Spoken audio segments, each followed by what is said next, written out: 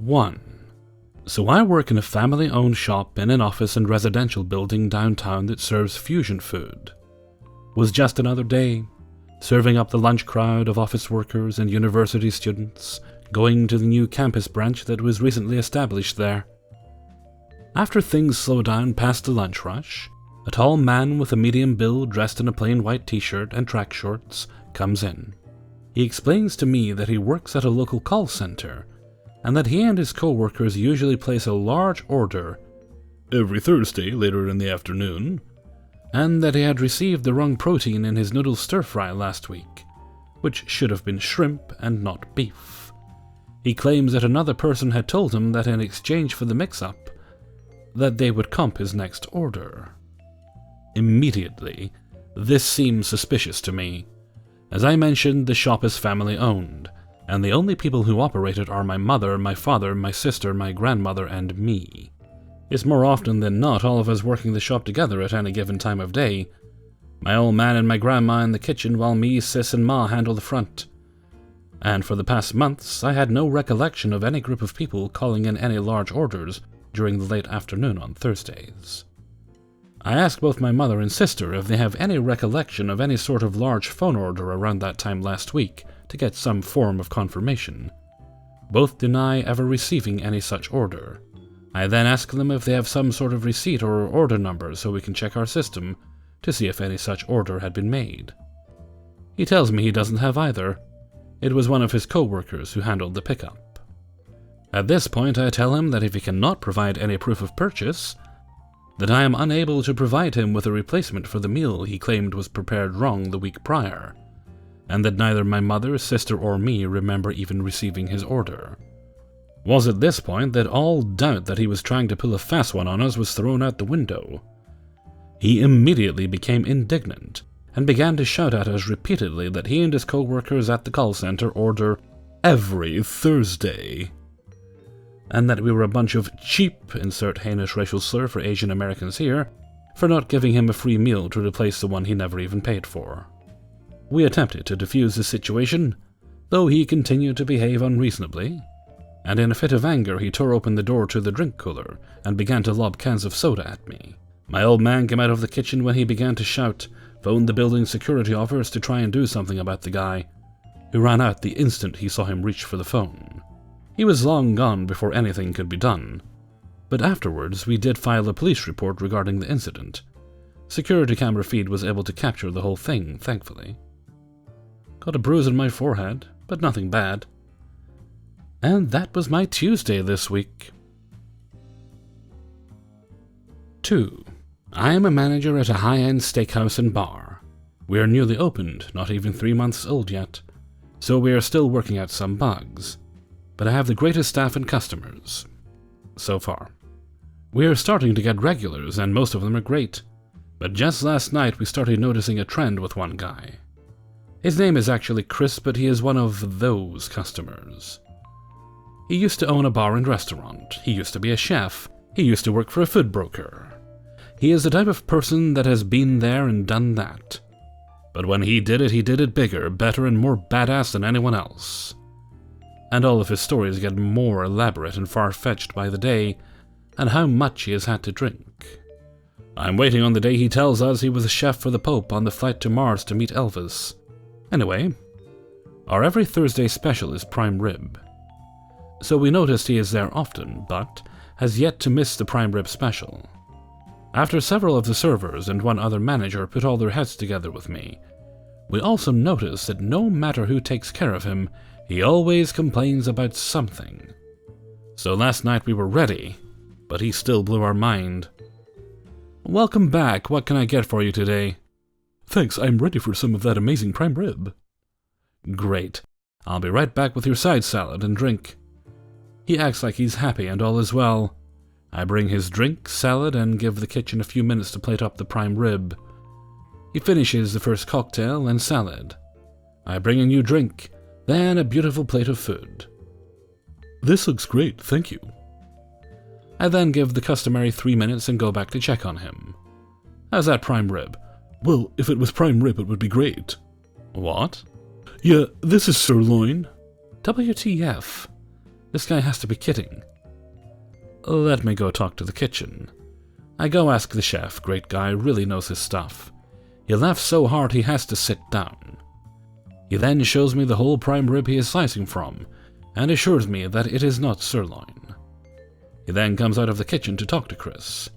Chris argues with the chef about the cut of meat, and how he can't believe that we would hire a chef that didn't know the difference in meat. The chef gets pissed and goes back to the kitchen with the plate. He then takes the original prime rib, trims fat, covers with gravy, and replates the meat. Chef delivered the plate back to Chris and waits with me on a response. Oh wow, this is perfect. Glad we could fix it. Chef, this is much better. I'm glad I could help you see your mistakes. Chef is fuming and leaves, and swears to drop Chris's food on the floor before serving next time. Chris finishes his food, has more drinks, tells bad stories to anyone that will listen, orders dessert, complains about dessert, sits for 3 more hours drinking and telling stories, even talks to a neighbor table, telling them to make sure their prime rib is the right cut. Finally leaves without tipping, instead saying, "See you next time." Chef and I are already planning our strategy for next Thursday. 3. I work as a host and a food runner at a medium-sized Tex-Mex chain that currently has 8 stores, and is located in my metropolitan area. It's a great summer job while I'm on break from college, and I'm going to get trained as a server soon. I was hosting on a Friday night. As the lead host, we usually have 2 to 5 hosts up front, so we can seat a lot of people very quickly. And we were absolutely swamped since it was a Friday night. We had several parties on the wait list with 30 to 45 minute waits for small parties in a medium-sized dining room. We have open seating in the bar and high tops in the bar area, which often serves as a nice alternative for people who don't really care where they're sat.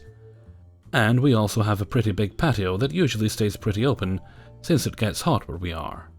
While this busy night is going on, we have someone walk up and I ask how many. "There's gonna be 11 of us." Yikes. The biggest tables we have inside seat 7 people max, so we would definitely have to pull tables together, which is very difficult on a night like this.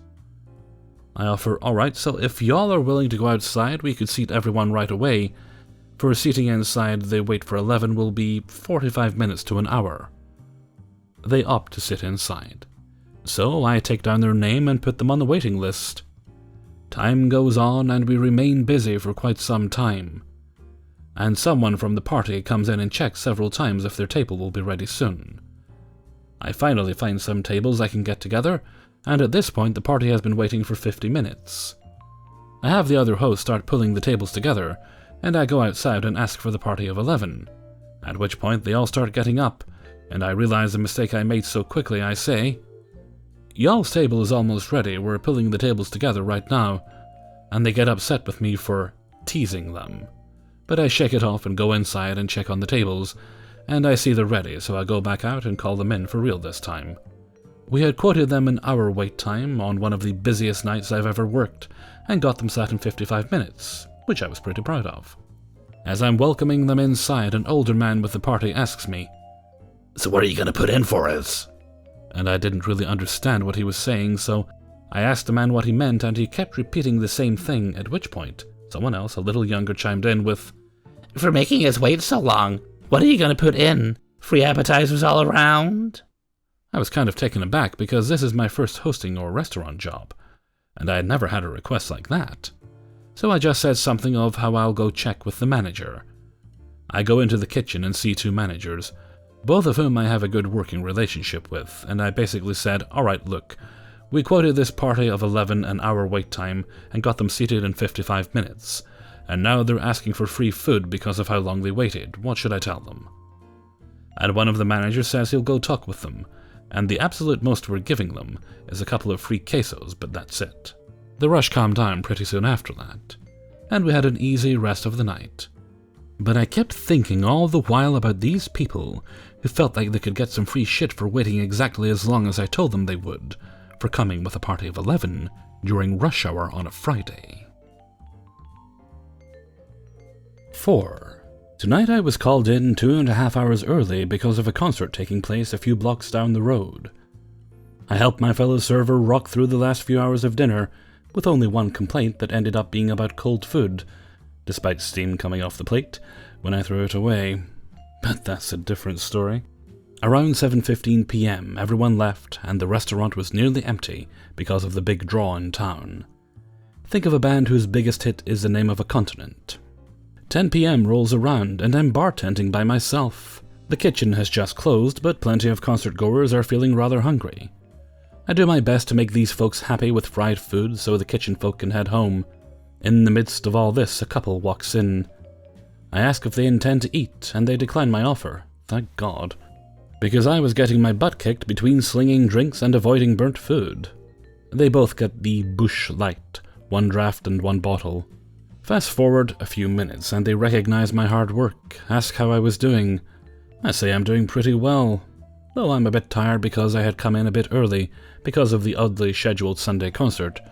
They tell me about how that's where they just came from and how they left early to avoid the crowds on the way out. Such a pleasant couple in the middle of the chaos. Little did I know the chaos had barely begun. Fast forward to about 11:45, and I hear a clunking sound followed by, "Where did my ring just go?" I walk over to a couple and ask how things are going, and they say, "Well, we think our engagement ring is behind the bar." Folks had started to clear out, and the bar was almost entirely my Sunday night regulars, so I offered to help them find it. She said it flew off her finger while she was imitating a piano solo from the concert. Well, my initial search didn't yield any positive results, and they ask if they can come look behind the bar. Any other time I'd have said no way, no customers can cross that line, but I could tell they were distraught and thought to myself, well, at least they know what this darn ring looks like. Plus I was starting to neglect the other customers, so I needed time to catch up. Suddenly I turn around and all of my well bottles are on the bar top. They are scooping ice out of my ice bin with their bare hands. Backup liquor bottles are strewn across the bar, and 2 of my trash cans have found their way outside to our patio, with the trash in centralized piles. I don't know where this couple thought their ring got to, but they were committed to finding it. I see some of my initial ideas of where the ring could have ended up, also positioned away from their original locations, and figure this couple had thoroughly looked through everything. 1 a.m. rolls around and I begin regretting allowing this couple free rein to locate this ring. I even begin to question if the ring ever existed. The bar was in disrepair, and I desperately wanted to avoid staying till 4 a.m. to clean up a mess I didn't create. The couple ran out of steam and wanted phone numbers to call so they could come back before open and tear the place apart. I gave them the business number and they gave me their cell phone number and called a cab so they can get some rest at their hotel room. Their cab shows up quickly and they are gone. I started talking to some fellow industry workers and asked what they thought of the whole mess. Mostly, they felt bad about the tremendous mess this couple left in their wake, but they also tried to joke about the situation. One of my favorite customers was sitting right next to the energetic air pianist whose ring flung off, and feared that she would be accused of stealing their ring. I had given up. I was thoroughly convinced the ring never existed. The couple just wanted to act out a little bit and happened to be decent actors. Despite my beliefs, I began to nervously adjust the individually wrapped toothpicks we have in a rocks glass behind the bar. I hear a clunk. I look down. It's the engagement ring. 5 different people had looked in this glass for the ring and it never was noticed. I called the number they left behind and realized the man's 3s and 5s looked oddly similar, so it took a few tries to put it all together.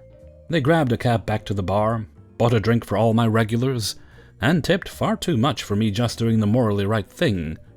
I guess I just have one suggestion through all this. Make sure you have your ring fitted and sized so it doesn't fall off at the bar and lead to mass chaos and destruction. And this has been my TED Talk. 5. How can you tell if someone is scheming to get free food? And where should you draw the line? I occasionally serve at this restaurant, but I am also cross-trained for a few positions. I was working a host one shift night. Because our host position is cursed, another story. I stick to the host stand if needed, but wow. I feel so useless just standing there when no one is coming in after rush.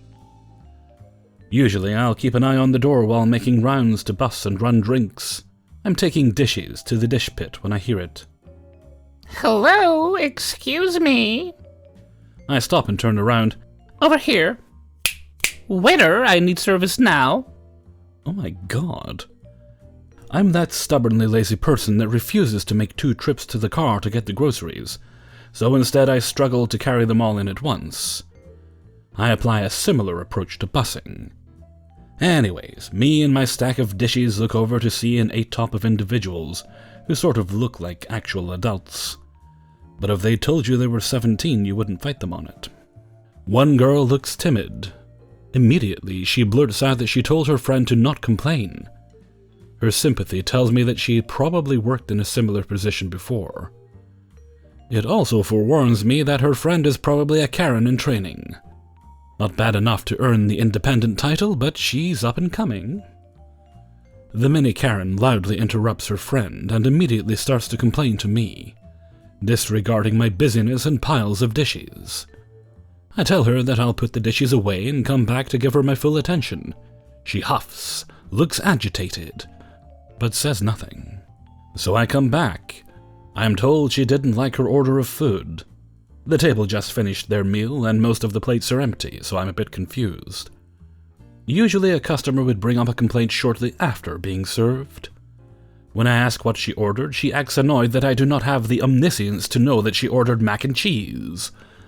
The mac and cheese is a popular favorite, and also is a large portion, so she ate most of it. Or at least someone did. But she hated it, she says.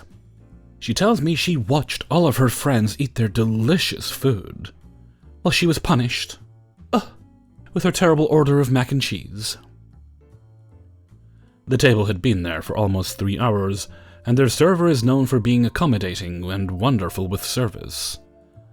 He definitely would have asked if everyone enjoyed their food shortly after they got it. I don't argue with her, I kindly apologize, and ask if there's anything I can do to make her experience better. She immediately knows what she needs to make up for this. I'm not paying for this. She locks eyes with me. Her eyes are dully devoid of any positive human emotion. I tell her that I'll ask my manager to see what I can do. I ask what was specifically wrong with the dish, pointing out that most of it was eaten already. I was simply curious because our chefs take critique very seriously, and I wanted to make sure that we didn't seriously mess up. I shouldn't have to pay for this. She never explained specifically what was wrong, just that it was all wrong. I've never heard so many variations of the word bad come out of someone's mouth without them actually being able to describe what the problem was. When I find the manager, I can tell that she has run out of patience for the night. I explain the situation with the mac and cheese that Mini Karen ate, and she just comps the meal and gives their whole table a discount without even leaving her office. She seems annoyed by the table's request, but she doesn't fight it. I go back and let them know about the discount. The first girl I mentioned, the embarrassed one, still looks embarrassed but thanks me profusely. Mini Karen, well, she looks thrilled. Immediately, her night isn't ruined. As I walk towards the host stand, I can hear her boasting to the rest of the table that she got them a discount and got her own meal for free. What a deal. I've had customers complain about their food orders before. Some are apologetic and timid. Many of them order something else and move on. Some customers suck it up and finish their meal anyways, while assuring me that it's okay. They don't expect discounts even if they are offered, and they simply order something else next time. At a previous establishment I worked for, the owner actually refused to do refunds on some to-go orders if the customer had eaten all their food before complaining, or failed to bring in their messed up order. This was because so many people in the past had tried to cheat the system to get extra food, and to avoid paying. So, were we too kind to Mini Karen? If you don't like your food, it's best to speak up immediately. Mistakes happen. Sometimes the food just sucks, but we'll take care of it. The way Mini Karen demanded to get her already eaten meal for free, without mentioning what was wrong, raises a red flag. And conveniently, she complained right before paying and looked smugly satisfied upon letting her group know she scored them a discount. More red flags. Her attitude, you guessed it, red flag. Do customers sometimes lie and scheme to get discounts at your restaurant? How do you handle it? When should you give in? And when should you let them have their way? I later asked her server about that table. He said that whenever he checked with the group, mini Karens seemed to savor every bite. Hey everybody, Hellfreezer here, and thank you very much for listening to Spinning Plates, number 65. And thank you very much to everybody who allowed me to use their stories in this video. Man, I want mac and cheese. Right now it's about 2 in the morning, so although actually there probably is at least one store I can run out to get ingredients, but nope, that would be poor impulse control. I'm going shopping tomorrow, so I could get stuff to do it then. In fact, I might do actually. I've got mustard, I've got flour, I just need to get pasta and cheese. Oh, and mushrooms. And because I'm a mature adult, hot dogs as well. Or maybe bacon. I've not done bacon for a while. Bacon and mushrooms. Oh, that would be very nice actually. Problem is, I'm hungry and I kind of need to eat dinner. Which won't be far off now because I'm done with the recording, just need to edit and do all the other stuff, like put videos together. So I'm thinking about food. I'm thinking about food a lot. Okay, and with that I'm going to head off for now, so until next time, thank you very much for listening, and take very good care of yourselves.